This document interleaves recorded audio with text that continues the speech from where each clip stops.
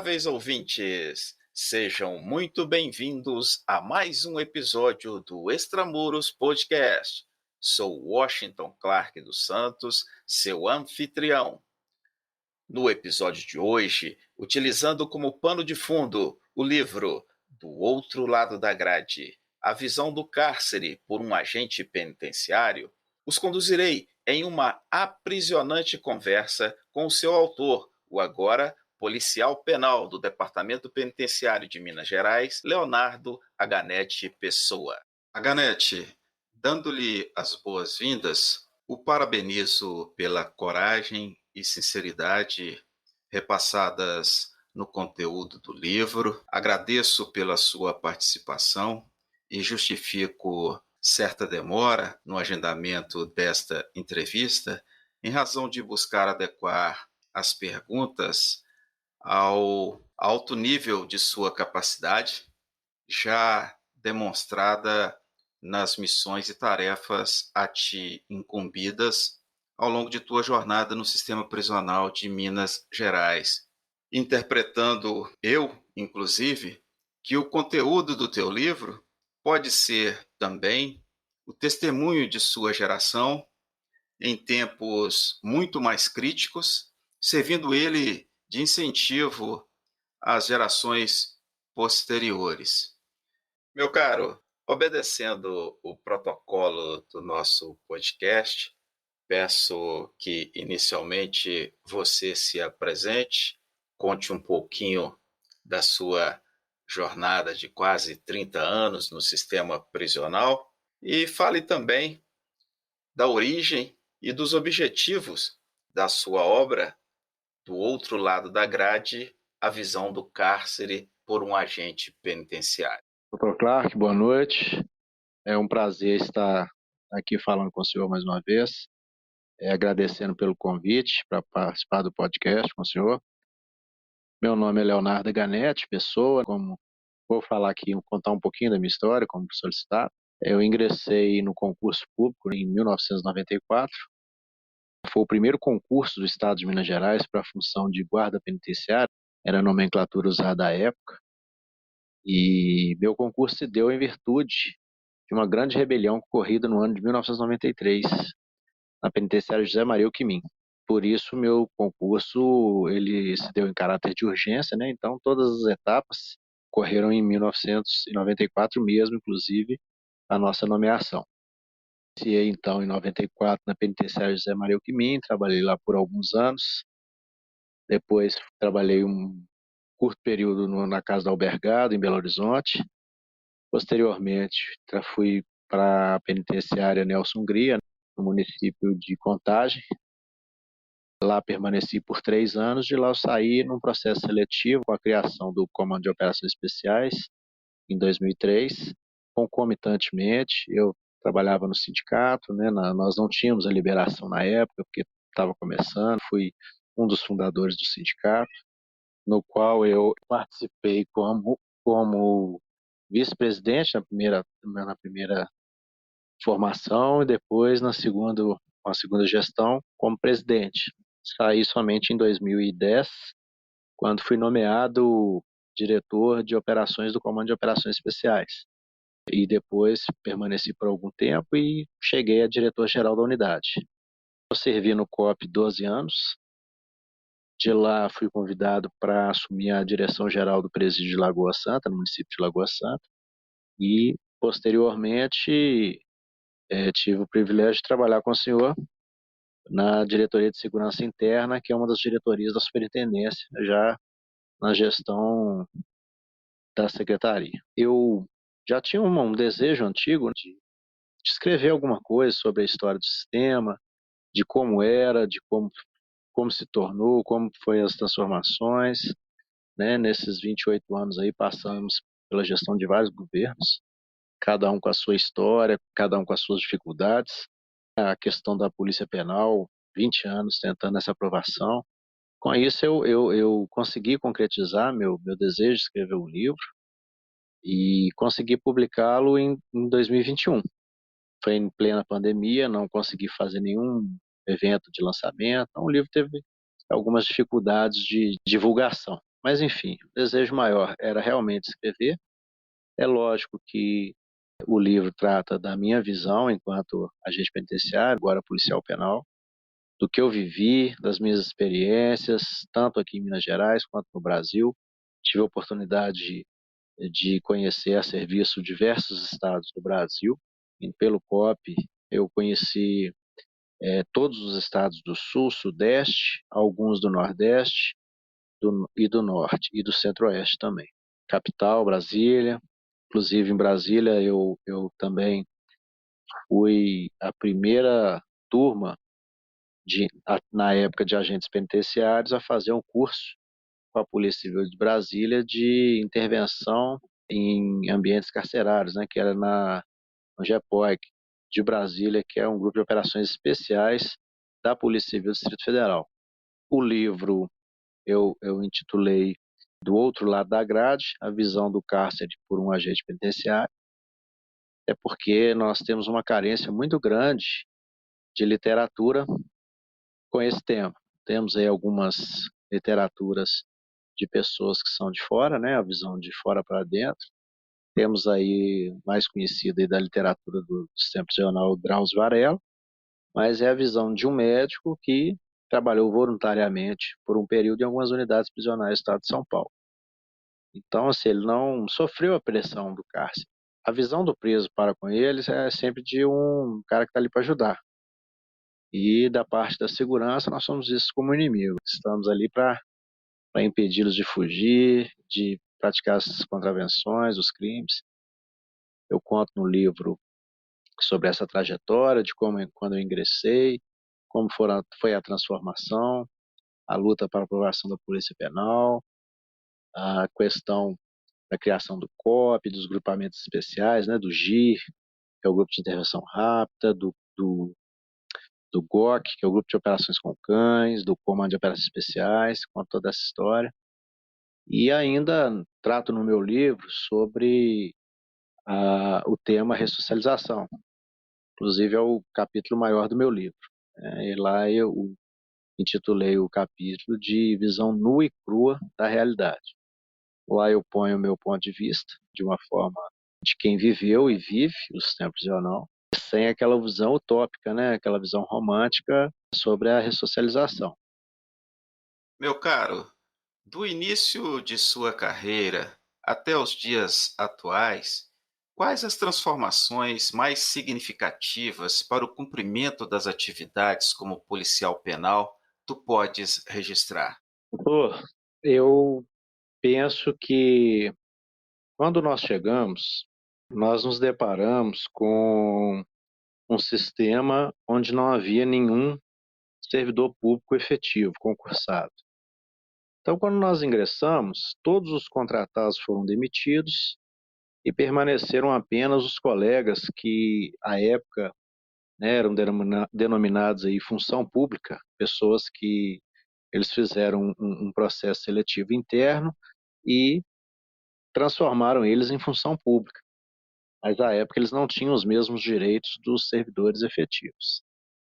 Então, a primeira transformação que nós, já no curso de formação, nós começamos já com muita luta, nós percebemos que nós fizemos na época um edital de concurso de 6 horas diárias e que limitava essa carga horária a 120 horas mensais.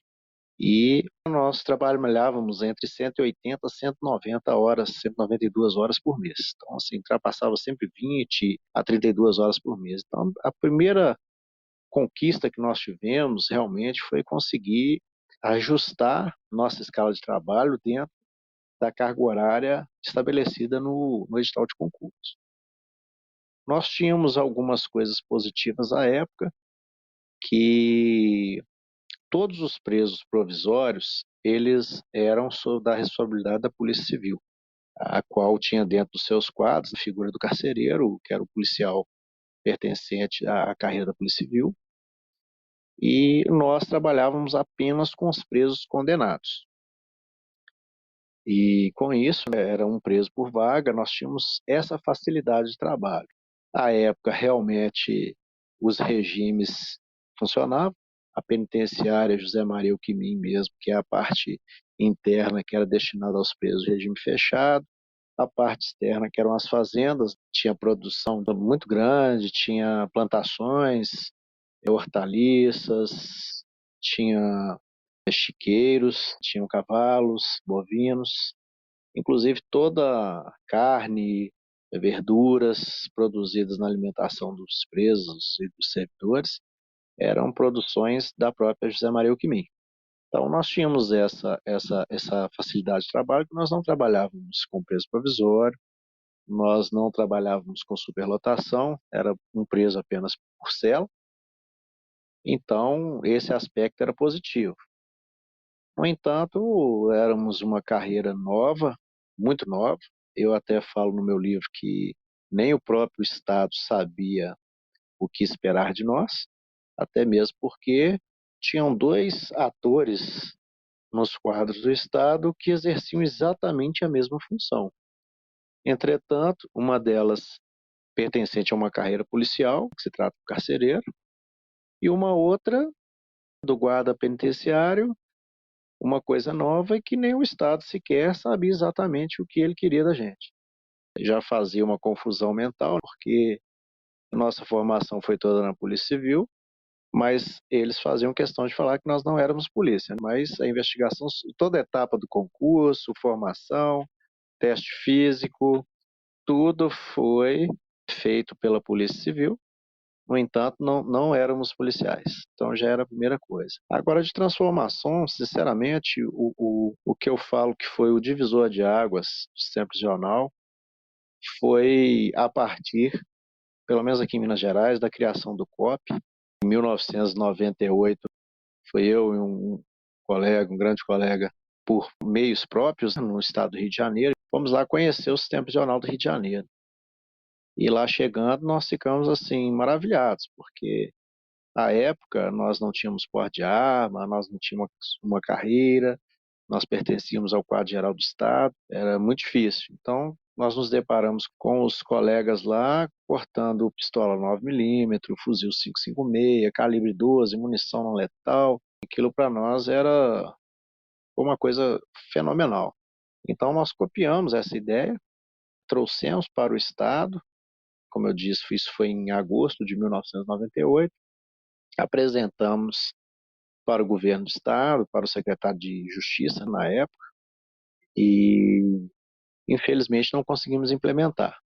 Conseguimos implementar somente em 2003, quando o nosso subsecretário, também policial federal, que realmente fez uma diferença muito grande, que abraçou a ideia do COP, instituiu o COP. Então, em 2003 é que a coisa começou a realmente ficar bacana. O COP foi o primeiro grupamento de escolta do Estado, oficial, com porte de arma, ainda fornecido pela Polícia Civil, que à época foi anterior ao Estatuto de Desarmamento, essa ainda era competência do Estado.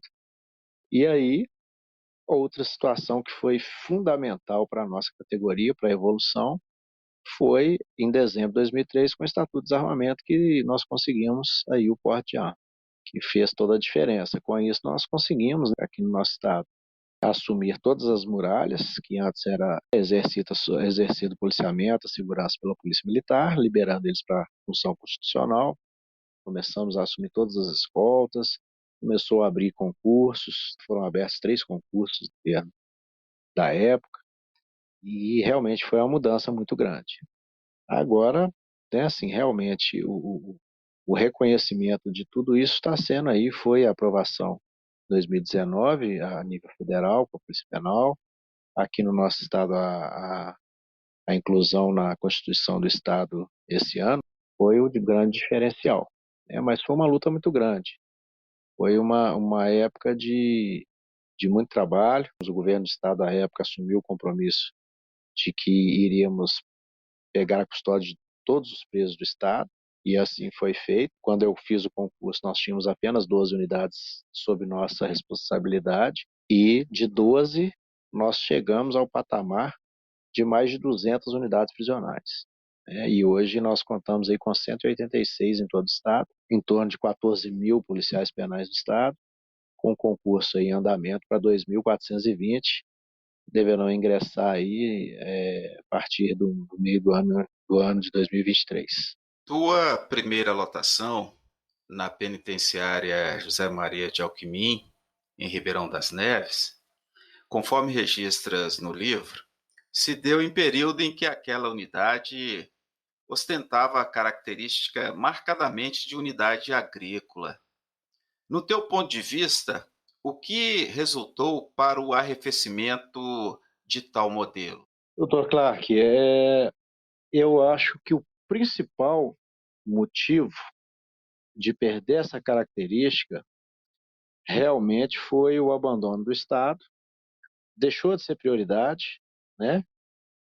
Mas também um outro fator preponderante foi a mudança do perfil do preso. A gente percebe que os criminosos de hoje cada vez estão mais jovens, é uma geração que não está habituada ao trabalho de qualquer natureza, principalmente o trabalho agrícola, que requer aí um conhecimento, exige-se mais da condição física, da disciplina. E, infelizmente, hoje nós convivemos com presos que, desde 8, 9 anos de idade, já estão no crime, né? Começando aí como olheiros dos pontos de venda de droga, né? As chamadas bocas de fumo. E esses jovens têm como referência, né, o traficante, o dono da boca, que é aquele cara que anda com pulseiras de ouro, com carro bacana, moto bacana, tênis caro. Então eles passam a ser a referência. Então esse jovem com 12 anos ele já está fazendo aviões, com 15 anos ele já está cometendo até alguns homicídios a mando do tráfico, a mando do dono da boca, né? Aos 16, 17 anos já está até gerenciando a boca. Então eles ingressam no mundo do crime muito jovens. E essas pessoas, realmente elas não trabalham, nem que se pudéssemos, nem que se nossa legislação permitisse o trabalho forçado, que não permite, e nem degradante, nem desumano, eles não trabalhariam. Então o perfil desses presos também mudou demais. Então, dificultou bastante, né, a população de um modo geral, né? O perfil dos policiais, dos agentes que foram ingressando nos novos concursos também. Eu mesmo tive essa dificuldade, embora a época, né, eu fui nascido e criado na capital, então, assim, eu cheguei na unidade, tinham setores que a gente tinha que ir a cavalo, eu nunca tinha andado a cavalo na minha vida. Então, assim, a gente teve que se adaptar a isso. E da mesma forma, começaram a chegar, né, o perfil dos presos, quase não havia traficantes presos quando eu ingressei. A maioria eram homicidas, né? Pessoas que, em sua grande parte, já tinham costume de trabalhar mesmo com trabalho mais pesado, em plantação, em roça. E essa galera nova começou a chegar, o pessoal com crime de roubo, de furto, de tráfico de drogas, depois começou a predominar. E aí realmente isso foi se perdendo. Foi se perdendo com o tempo, falta de investimento do Estado e também o perfil do preso aí, principalmente. Acreditas que a implementação de automação para abertura e fechamento de celas e outras iniciativas que diminuam o contato físico entre o policial penal e o preso durante as rotinas carcerárias, além de contribuir para a segurança da unidade prisional, possam influenciar para a diminuição dos casos de eventuais conflitos entre estes? Bom, o que eu vou dizer aqui, algumas pessoas vão até não interpretar muito bem. Mas eu penso o seguinte, que a automação, primeiro que a unidade deveria ter sido pensada para isso. As unidades prisionais do Estado de Minas Gerais, eu não vou nem falar as antigas delegacias e cadeias públicas que foram assumidas posteriormente, não. Vamos falar das unidades que foram construídas realmente para ser unidade prisional. O nosso Estado, culturalmente, eu acredito que não daria muito certo, porque São Paulo, o Estado de São Paulo, a estrutura física das unidades deles, a maioria possuem apenas um andar de cela, não há nenhum sistema de gradeamento pós a porta da cela, ou seja, para o banho de sol, por exemplo, o policial penal, lá da gaiola, do setor de segurança, ele faz a abertura das portas, os presos vão para o banho de sol. No nosso estado, todas as nossas unidades, a sua maioria praticamente, são unidades de 2 andares e são todos gradeados, os corredores são gradeados, os corredores possuem contenções de tempos em tempos, então, assim, esse sistema de automação, ele teria que incluir uma forma muito grande. E aí eu acredito que no nosso estado a gente teria que construir uma unidade modelo para poder realmente essa automação surtir o efeito e mudar a cultura, tanto do preso quanto do policial penal. A gente vê isso lá na penitenciária de parceria público-privada, que falaram que o contato, quando venderam a ideia, que o contato seria zero, e a gente percebeu que não é, né? Não existe contato zero. Na realidade, existe o contato do monitor da parceria público-privada com o preso. Então, realmente, eu vi em alguns estados, por exemplo, no Distrito Federal, uma unidade no qual as portas das celas elas tinham um sistema de eletrônico, mas também mantinham-se o ferrolho tradicional, o ferrolho com cadeado. Mas o que eu achei mais interessante, realmente, no sistema dessa unidade de Brasília, é que eram 2 corredores. É um corredor para o policial penal e um corredor para o preso. Então, para soltar o banho de sol, o policial ia no corredor, destrancando os cadeados e rebatendo todos os ferrolhos manuais. Então, ele saía desse corredor dos presos e ia para o corredor destinado somente ao policial. E lá, em comunicação com o outro policial na gaiola, que tinha acesso ao sistema eletrônico, ele ia abrindo o sistema eletrônico de cada porta de cela para o preso e para o pátio-sol.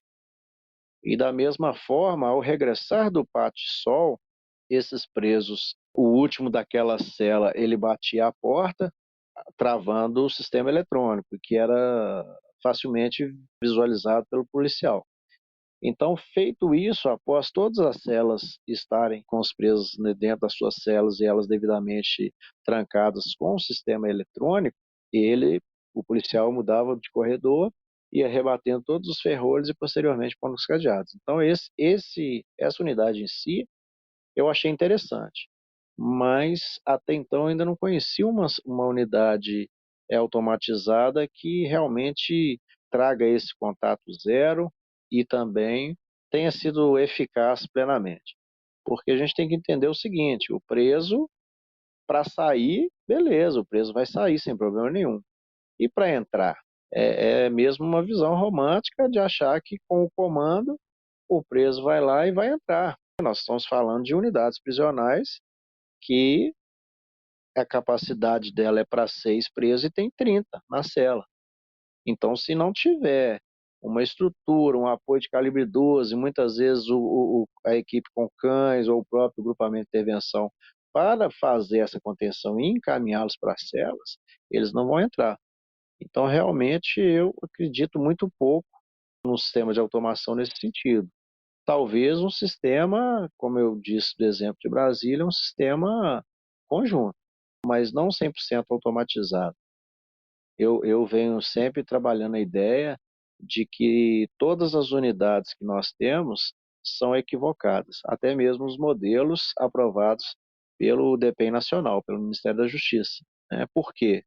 As pessoas que fazem essas unidades prisionais, elas não trabalham nessas unidades prisionais, nunca tiveram convívio.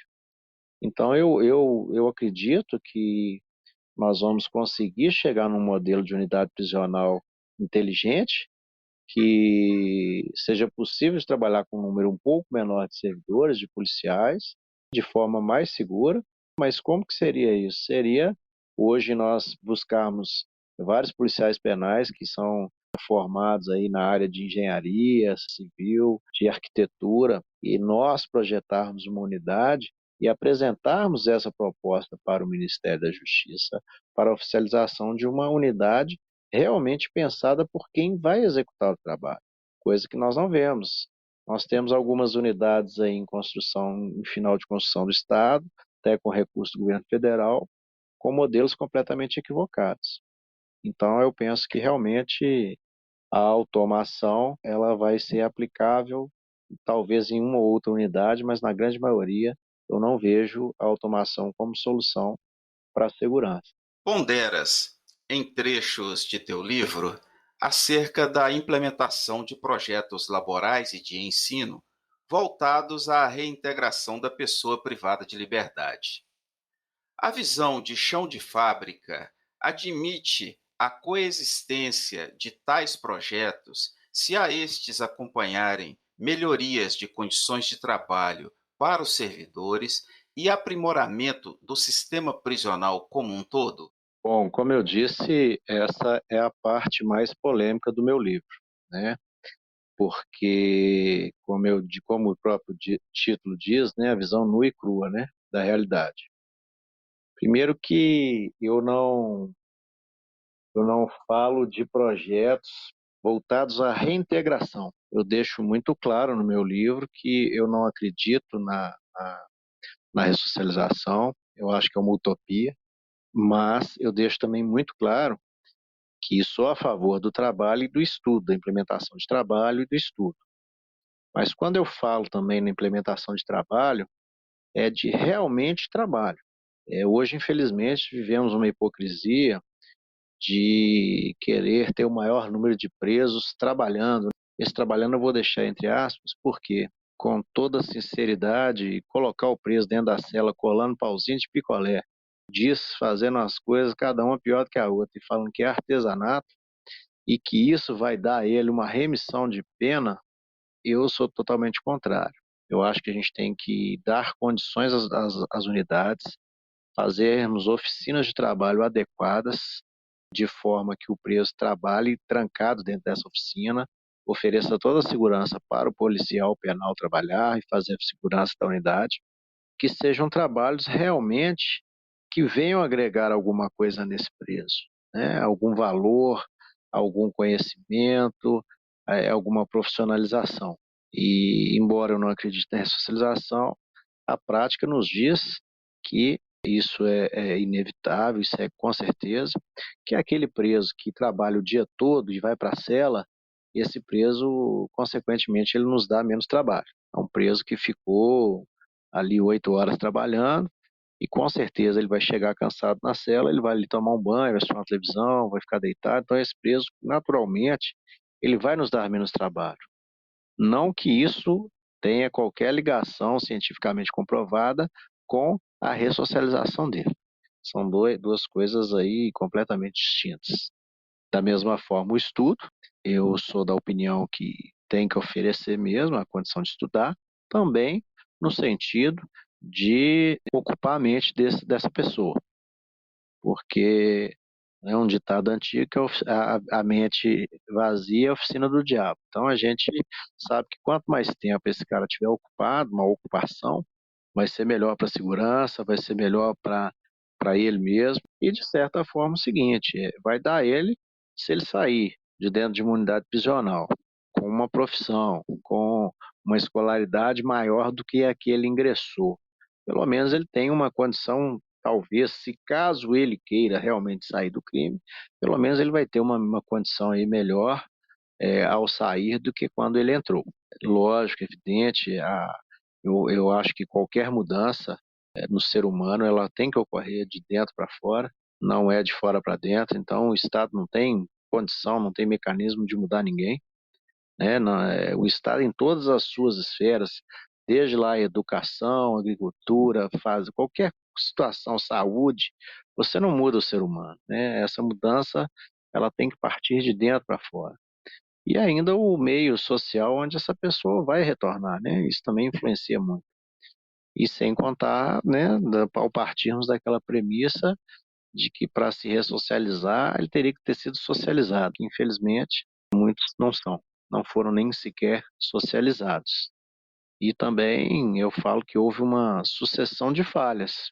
Falhou ali a família, falhou ali o município em dar ali condições dignas de uma área urbanizada, com acesso ao saneamento básico, a uma escola de qualidade. A família falhou, o Estado ali na figura do município inicialmente falhou, o Estado como um todo falhou. Não vai ser todas essas falhas corrigidas dentro do sistema prisional. Ainda mais se tratando de um sistema prisional superlotado e degradado há vários anos sem investimentos realmente significativos, sem investimentos, projetos de longo prazo. Vivemos hoje um vilão terrível, que eu acredito que agora com a Polícia Penal isso venha a ser corrigido. Nós vivemos sempre de projetos de governo e não de projetos de Estado. E os projetos de governo, infelizmente, eles duram 4 anos e nem sempre são implementados. Mesmo que sejam bons projetos, no outro governo não vai ter continuidade. E assim a gente espera estar corrigindo isso com a Polícia Penal, para a gente possa fazer projetos duradouros, projetos com soluções melhores, com entregas melhores para a sociedade. Esse é o nosso desejo. Mas, enfim, eu acho sim que é possível coexistir as unidades com atividades laborais, com escolas para os presos. Só também penso que, para isso, tem que se investir na estrutura física, tem que se investir em diminuir o déficit de policiais nas unidades. Outro aspecto importante em relação a isso, nós temos que criar unidades com perfil próprio para o trabalho, próprio para o estudo. Pensarmos aí que a maioria dos nossos presos são presos provisórios, quer dizer, essas pessoas não é interessante elas terem um acesso ao trabalho. A rotatividade é muito grande. Hoje, principalmente com essa audiência de custódia, 80% das pessoas que são presas são liberadas em 24 horas pela audiência de custódia. Infelizmente, a gente vê aí que num, no mesmo mês, um mesmo cidadão chega a entrar e sair 4 vezes, 5 vezes dentro da unidade prisional, em virtude das audiências de custódia. Então, assim, eu acredito que tem que selecionar unidades com perfil e estrutura física adequada para o trabalho, para o estudo, sempre com aquele intuito de realmente manter a mente do preso ocupada e também um papel do Estado de entregá-lo para a sociedade em uma condição melhor do que a que ele entrou, não no sentido de ressocialização. Mas vamos pensar que aquele cara que não tinha nem o ensino fundamental, ele, dependendo de quanto tempo ele ficar na unidade, ele sai dali de repente com o ensino médio, né? É formado no ensino médio. Vamos pensar num cara que não tinha profissão nenhuma, de repente ele saiu de dentro da unidade com a profissão, quer dizer, isso não há nenhuma comprovação científica disso que ele vai, por causa disso, ele vai sair ressocializado. Mas, pelo menos, se ele quiser essa mudança e buscar uma outra forma de viver a vida, então sim, ele vai ter saído da unidade prisional melhor do que ele entrou, no sentido de uma escolaridade, de terminar um ensino médio, um ensino fundamental, de sair de repente com uma profissão. Nem sempre é possível, a gente sabe que até pouco tempo o nosso país estava aí com 14 milhões de desempregados. E a gente sabe que o mercado é cruel também, né? A gente sabe que é, o, o empresário ele tem ali uma vaga para 100 candidatos. Dificilmente ele vai dar essa vaga para um ex-presidiário. Até mesmo porque a maioria, a escolaridade é muito ruim, são pessoas sem uma educação adequada, são pessoas muitas vezes sem valores morais, éticos. Então isso também dificulta muito, né? E também o preconceito, é claro, quando se trata de um ex-presidiário. Qual a tua impressão acerca das atividades e a efetividade das forças-tarefa de intervenção penitenciária do Departamento Penitenciário Nacional? As missões das quais participastes te permitiram o comparativo entre o situacional em Minas Gerais e os demais estados? A que conclusão chegastes? Olha, uma pergunta bastante interessante, né? O estado de Minas Gerais, apesar de todas as dificuldades, ele ainda é um estado que tem uma organização razoável no sistema prisional. É um estado que foi referência aí para muitos estados, principalmente após a criação do Comando de Operações Especiais. Foi um divisor de águas no sistema prisional, mas lógico, é evidente que essas intervenções federais aí com as forças-tarefa, né, juntando aí policiais de todo o estado, trouxe enriquecimento muito grande, que a gente passa a ter convivência com pessoas de outros estados, de outra realidade, com culturas diferentes. O Brasil é um país de tamanho continental, um país muito grande, então nós temos aí diversas culturas no Brasil como um todo, como se fosse aí vários países dentro de um mesmo território. Mas enfim, volto a falar também. As ações foram muito importantes, mas mais importantes do que a participação da força-tarefa é a motivação que fez essa força-tarefa chegar lá na ponta. A gente viu aí em estados, principalmente com a forma muito equivocada, que eu não concordo, de unidades entregues aí à iniciativa privada, de forma muito equivocada. A gente viu aí diversos presos decapitados. Então, assim, a força-tarefa não seria necessária se se aquele Estado tivesse cumprido seu papel, tivesse dado condição daqueles policiais daquela unidade de trabalho para não chegar a essa degradação que chegou. Unidades que a gente teve acesso aí em todo o país, que o cara foi preso, simplesmente abre-se uma porta e ele entra, inclusive até uma cela para ele dormir, é ele que tem que procurar. Ele tem que ser aceito em alguma cela para ele poder dormir. Então, assim, é como se fosse uma ilha, é que essa pessoa fosse julgada nessa ilha e lá ele se virasse. Né? Quer dizer, a gente pode dizer que não havia uma supervisão do Estado. Né? Os presos estavam ali julgados à própria sorte. Então, o que que acontecia? Chegava dentro daquela unidade, havia ali facções rivais, então acabava que esse cidadão, muitas vezes, mesmo não participando de nenhuma dessas facções, ele tinha ali em tese que escolher um lado para poder sobreviver. De fato, aonde as intervenções da Força-Tarefa atuaram, é evidente, a ação foi bem sucedida, profissionais aí ímpares aí de todo o país, pessoas muito comprometidas, até porque teve missões aí que durou 90 dias, são pessoas realmente abnegadas, pessoas compromissadas com o trabalho, com a importância da nossa missão, mas eu volto a dizer que se não fosse o abandono estatal, não haveria necessidade dessa força-tarefa ter ingressado para intervenção naquela unidade prisional, naquele ente da federação. Então, assim, é importante, eu acho que essa integração nacional ela foi muito positiva no aspecto da troca de conhecimentos, experiências, de realidades, mas, no meu ponto de vista, não seriam necessárias se o Estado tivesse presente.